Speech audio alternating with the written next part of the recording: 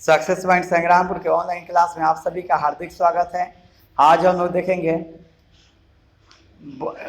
वर्ग 10 भूगोल का आपदा प्रबंधन। कल हम लोग ऑब्जेक्टिव जो देखे हुए थे, आज उसका सब्जेक्टिव देखेंगे।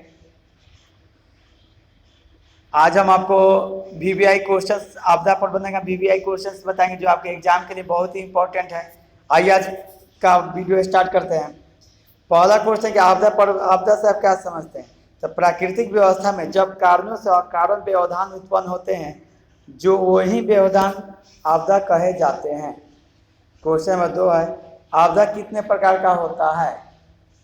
तो बाबू, प्रकृति पर पड़ने वाले किसी भी प्रकार के विपत्ति को आपदा कहते हैं। आपदा बाबू मुख्य रूप से 2 प्रकार के होते हैं, एक प्राकृतिक आपदा, एक मानव जनित आपदा। प्राकृतिक आपदा उसे कहेंगे जो प्रकृति के द्वारा उत्पन्न आपदा है, उसे प्राकृतिक आपदा कहते हैं, जैसे बाढ़, भूकंप, सुनामी। और मानव जनित आपदा उसे कहते हैं जो मानव के द्वारा उत्पन्न किया गया आपदा हो, जैसे महामारी, सांप्रदायिक दंगा, आतंकवाद। ये सब क्या है? मानव के द्वारा उत्पन्न किया जाता है, इसलिए इसे मानव जनित आपदा कहते हैं। प्राकृतिक आपदा और मानव जनित आपदा में अंतर स्पष्ट करें। प्राकृतिक आपदा और मानव जनित आपदा में निम्नलिखित अंतर जो इस प्रकार है। प्राकृतिक आपदा ईश्वर के द्वारा उत्पन्न की जाती है, जो हम आपको बताएं, जो कि मानव जनित आपदा मानव के द्वारा उत्पन्न किया जाता है। यहाँ पर आंसर भी हो जाएगा प्राकृतिक आपदा और मानव जनित आपदा में क्या अंतर है इसमें। प्राकृतिक आपदा पर किसी का अधिकार नहीं होता है, जबकि मानव जनित आपदा जानबूझ के या भूल से उत्पन्न होती है। प्राकृतिक आपदा से संपूर्ण जैव मंडल प्रभावित होता है, जबकि मानव जनित आपदा से कुछ खास क्षेत्रीय लोग प्रभावित होते हैं। क्वेश्चन नंबर 5 है कि आपदा प्रबंधन की संकल्पना को स्पष्ट करते हुए आपदा प्रबंधन की आवश्यकता अनिवार्यता का वर्णन करें। इसका आंसर होगा, आपदा अचानक घटित होने वाली घटना है जिसके दृश्य प्रभाव से सभी प्रभावित होते हैं, इसलिए आपदा से बचने के लिए संकल्प की जरूरत होती है, जिसमें सभी मिलकर एक दूसरे का सहयोग करें, अन्यथा आपदा किसी को भी नुकसान पहुंचा सकता है। अंतर्राष्ट्रीय स्तर से लेकर पंचायत स्तर तक एक कड़ी के रूप में काम करता है, जिसमें आम लोगों को सुनिश्चित करनी होगी कि ऐसी स्थिति में आपदा प्रबंधन को अनिवार्य रूप से अपनाने की आवश्यकता होती है। बाढ़ कैसे आती है? जब अब अत्यधिक वर्षा से नदियों का जल स्तर बढ़ जाता है तथा नदियों के आसपास के क्षेत्रों में पानी का प्रवेश कर जाता है, तो इस घटना को ही बाढ़ कहते हैं। बाढ़ से होने वाली हानियों की चर्चा करें। बाढ़ से होने वाली हानियां निम्नलिखित है, जो इस प्रकार से है। फसल की बर्बादी, जान माल तथा मवेशियों का भी काफी हानि होता है। जब बाढ़ आता है तो विभिन्न प्रकार के महामारियों का शिकार होना पड़ता है। प्रश्न 8 है कि बाढ़ से सुरक्षा हेतु अपनाई जाने वाली सावधानियां को लिखे। तो बाढ़ से सुरक्षा हेतु अपनाई जाने वाली निम्नलिखित सावधानियां हैं। 1 नंबर है कि भवन का निर्माण जो कम लागत की हो तथा रासायनिक मिश्रित कच्चे मालों का प्रयोग हो, जिससे बाढ़ के बावजूद मकान बर्बाद नहीं हो सके। आम लोगों को मकान बनाने के पूर्व यह जानकारी देनी होगी कि मकान का निर्माण पूर्णतः नदी के किनारे पर नहीं करनी चाहिए। बाढ़ के बाद जल निकालने की तात्कालिक व्यवस्था होनी चाहिए। मकान का नींव तथा दीवार सीमेंट कंक्रीट की होनी चाहिए, ताकि पानी का प्रेशर पड़े ना उस पर कोई प्रभाव नहीं पड़े। सूखे की स्थिति को परिभाषित है। जब औसत वर्षा से 25% कम बारिश होती है तो उसे हम सुखाड़ कहते हैं। सुखाड़ से बचाव के तरीकों का उल्लेख करें। सुखाड़ से बचाव के निम्नलिखित तरीके अपनाए जा सकते हैं। नहरों के विकास करके, तालाब कुआं खुदवा के, भूमिगत जल का प्रयोग करके, वर्षा का जल जो है, वर्षा का पानी जो होता है उसको स्टोर करके, बहुत सारे तरीका है। भूकंप के केंद्र और अधिकेंद्र के बीच अंतर स्पष्ट करें। तो भूपटल के नीचे का वह स्थान जहाँ भूकंपीय कंपन प्रारंभ होता है उसे भूकंप केंद्र कहते हैं, और भूपटल पर वह जगह जहां भूकंप के तरंग का सर्वप्रथम अनुभव होता है उसे अधिक केंद्र कहते हैं। क्वेश्चन नंबर 17, भूकंप की तरंगों से आप क्या समझते हैं? प्रमुख भूकंपीय तरंगों के नाम लिखिए। इसका आंसर जो है, भूकंप के समय उठने वाली कंपन को भूकंपीय तरंग कहते हैं। प्रमुख भूकंपीय तरंगों के नाम इस प्रकार है: प्राथमिक तरंग, द्वितीय तरंग और दीर्घ तरंग। 18 नंबर क्वेश्चन, भूकंप और सुनामी के बीच अंतर स्पष्ट करें। तो भूकंप और सुनामी के बीच निम्नलिखित अंतर है। भूकंप पृथ्वी के अंदर या भूपटल में अचानक कंपन को ही भूकंप कहते हैं।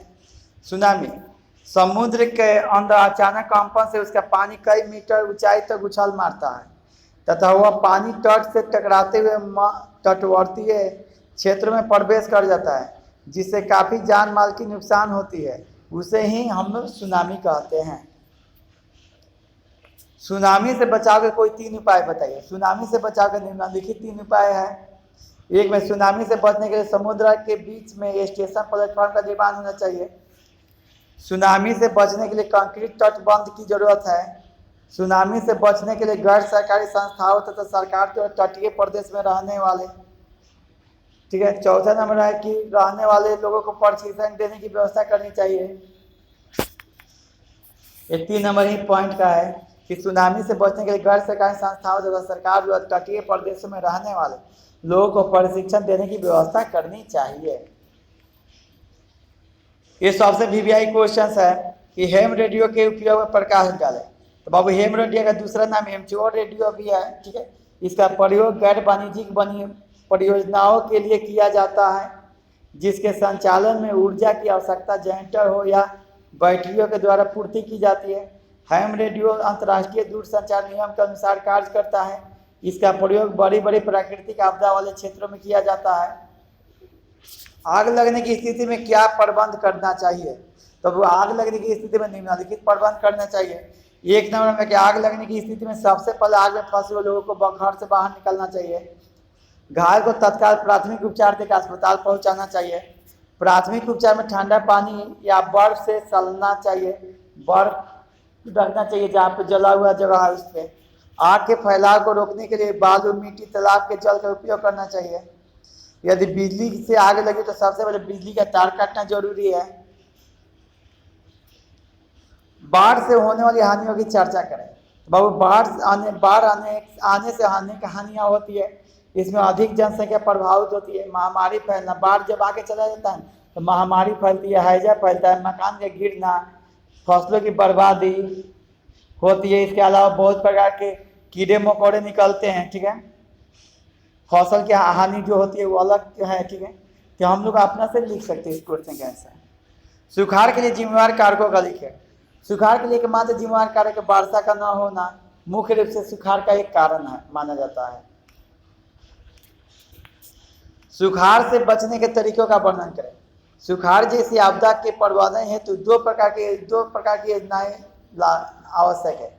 ये है दीर्घकालिक और लघुकालिक।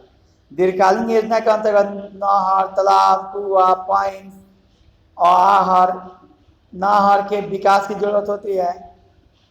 नहर के माध्यम से जलाशय में जल लाया जा सकता है। कोसी कमांड क्षेत्र, गंडक कमांड क्षेत्र तथा चंदन किउल बरुआ कमांड क्षेत्र सुखाड़ के समय नहर प्रबंधन के द्वारा प्राकृतिक आपदा को कम करने का प्रयास किया करता है। तालाब बनाने का मूल उद्देश्य जल संग्रह करना है। कुएं से भूमिगत जल का उपयोग होता है। भूकंप और सुनामी के बीच अंतर स्पष्ट करें। भूकंप एक प्राकृतिक आपदा है। भूकंप के बारे में हम आपको बता रहे हैं। भूकंप की गहनता और बारंबारता में भारी अंतर होता है। इसे 5 भागों में विभक्त किया गया है, zone 1, zone 2, zone 3, zone 4, zone 5। वहीं बाबू सुनामी है। सुनामी भी प्राकृतिक आपदा है। महासागर की तली पर जब कंपन होता है तो इसे सुनामी कहते हैं। समुद्र जल में कंपन उत्पन्न होता है और इस कंपन से क्षैतिज गति उत्पन्न होती है। जीवन रक्षक आकस्मिक प्रबंध से आप क्या समझते हैं? तो अब इसका आंसर होगा आपदा की घड़ी में जीवन रक्षक प्रबंधन अत्यधिक उपयोगी है और अति आवश्यक है।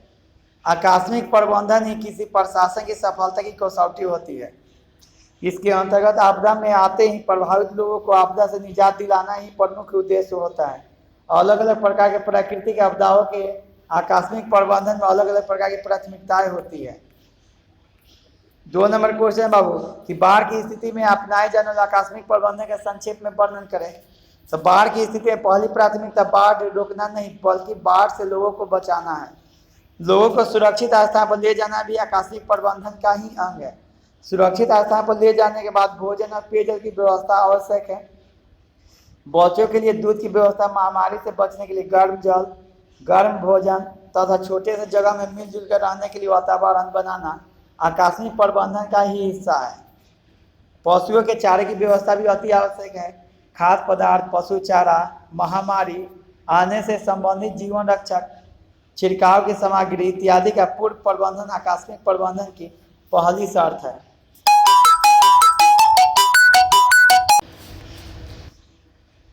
क्वेश्चन नंबर 3 है, भूकंप एवं सुनामी की स्थिति में आकस्मिक प्रबंधन की चर्चा संक्षेप में करें। तब भूकंप की स्थिति में आकस्मिक प्रबंधन के 3 प्रमुख कार्य है। एक, बचे हुए विस्थापित लोगों को राहत कैंप में ले जाना या उसे सभी प्रकार की आवश्यक सुविधा उपलब्ध कराना। वैसे लोग को मलबे से निकालना जो अभी भी दबे हुए हैं। अकाल मृत्यु प्राय आम लोगों को और जानवरों को सही स्थान पर दफना कर या धार्मिक रीति के अनुसार अंतिम संस्कार करना। ऐसा नहीं करने से महामारी फैलने की संभावना रहती है। सुनामी की स्थिति में पहली प्राथमिकता ये होती है कि घायल का प्राथमिक उपचार कर अस्पताल पहुंचाया जाए तथा लापता पता करने और सुनामी की स्थिति में पहली प्राथमिकता है कि घायल का प्राथमिक उपचार कर अस्पताल पहुंचाया जाए तथा लापता पता लगाने के लिए हेलीकॉप्टर, रडार जैसे यंत्रों की मदद ली जाए। शक्ति चालित नौकाएं भी इस कार्य में सहायता ली जा सकती है। अब एक इम्पोर्टेंट क्वेश्चन है, आकस्मिक प्रबंधन में स्थानीय प्रशासन की भूमिका का वर्णन करें। बहुत ही इंपॉर्टेंट क्वेश्चन है आपके लिए। तो आकस्मिक प्रबंधन में स्थानीय प्रशासन की महत्वपूर्ण भूमिका है।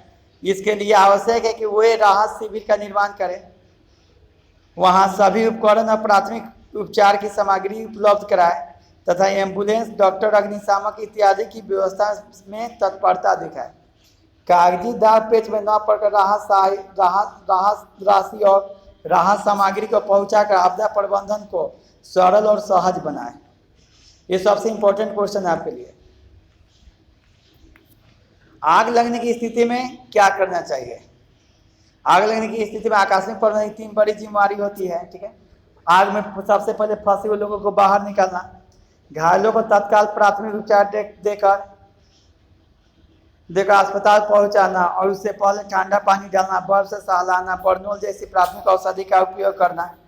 आग के फैलाव को रोकने के लिए जिसके लिए नज़दीक में उपलब्ध बालू मिट्टी अगर तालाब हो तो उसके जल का उपयोग करना।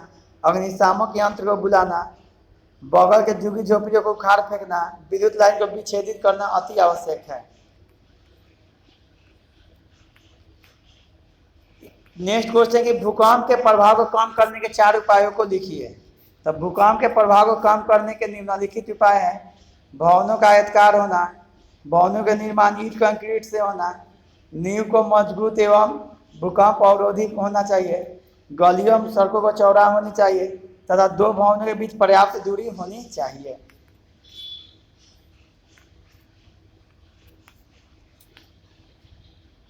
नेक्स्ट क्वेश्चन है कि सुखाड़ में मिट्टी की नमी को बनाए रखने के लिए आप क्या करेंगे?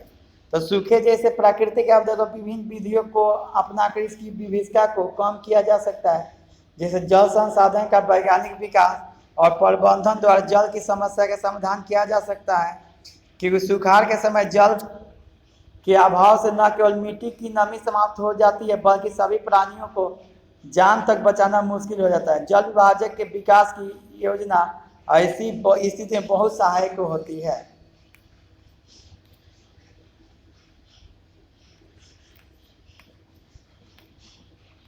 तो आज यह वीडियो देखने के लिए बहुत बहुत धन्यवाद। आप इस चैनल को सब्सक्राइब और लाइक करना नहीं भूलें और अपने दोस्तों के साथ शेयर करना नहीं भूलें। बहुत बहुत धन्यवाद।